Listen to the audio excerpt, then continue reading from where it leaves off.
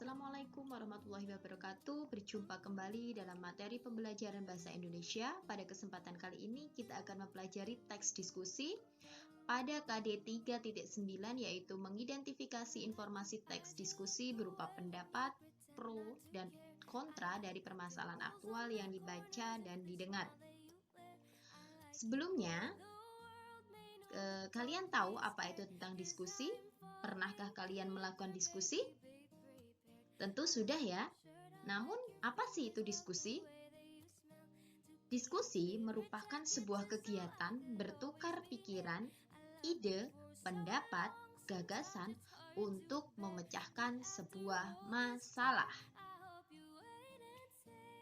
Dalam Kamus Besar Bahasa Indonesia, diskusi merupakan pertemuan ilmiah untuk bertukar pikiran mengenai suatu masalah. Jelas ya sampai di sini?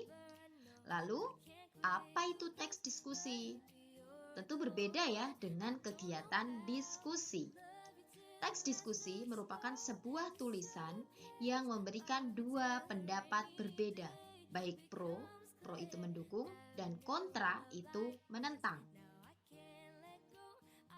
Nah, ketika kita sudah mengetahui pengertian dari teks diskusi, tentu kita juga harus paham apa itu tujuan diskusi.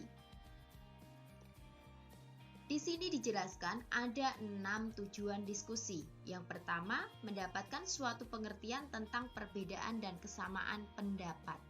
Jadi, ketika kita berdiskusi, itu bertujuan untuk mengetahui apa sih perbedaan atau kesamaan dari pendapat peserta diskusi. Kemudian yang kedua, tentu saja tujuan utama dari sebuah diskusi adalah mengadakan kesepakatan.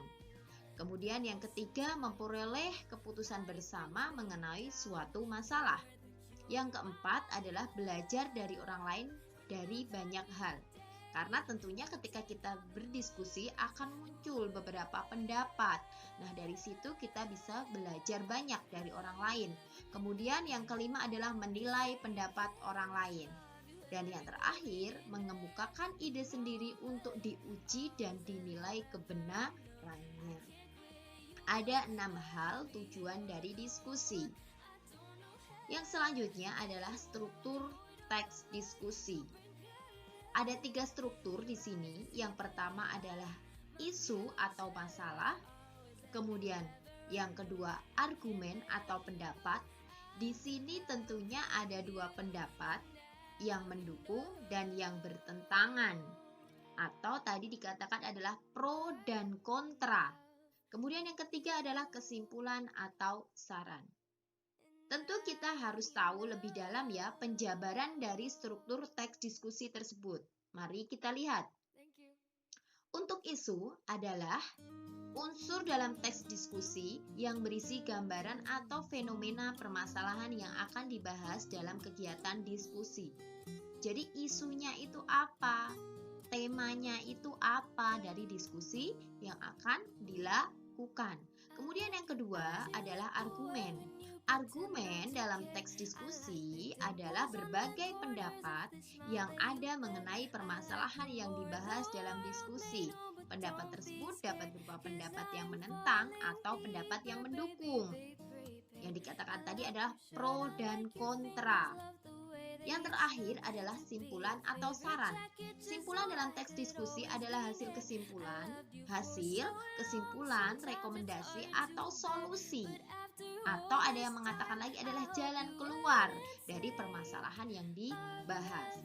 Hasil diskusi haruslah berisi rekomendasi untuk mencari solusi dari permasalahan yang terjadi. Rekomendasi yang dihasilkan sebaiknya merupakan jalan tengah untuk berbagai pihak. Jadi nantinya hasil dari diskusi tersebut adalah tidak memihak salah satu, ya.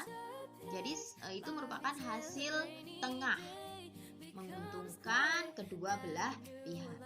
Cukup sekian untuk materi kali ini. Kita bertemu di video selanjutnya, yaitu tentang unsur kebahasaan di dalam teks diskusi. Terima kasih, saya akhiri. Wassalamualaikum warahmatullahi wabarakatuh.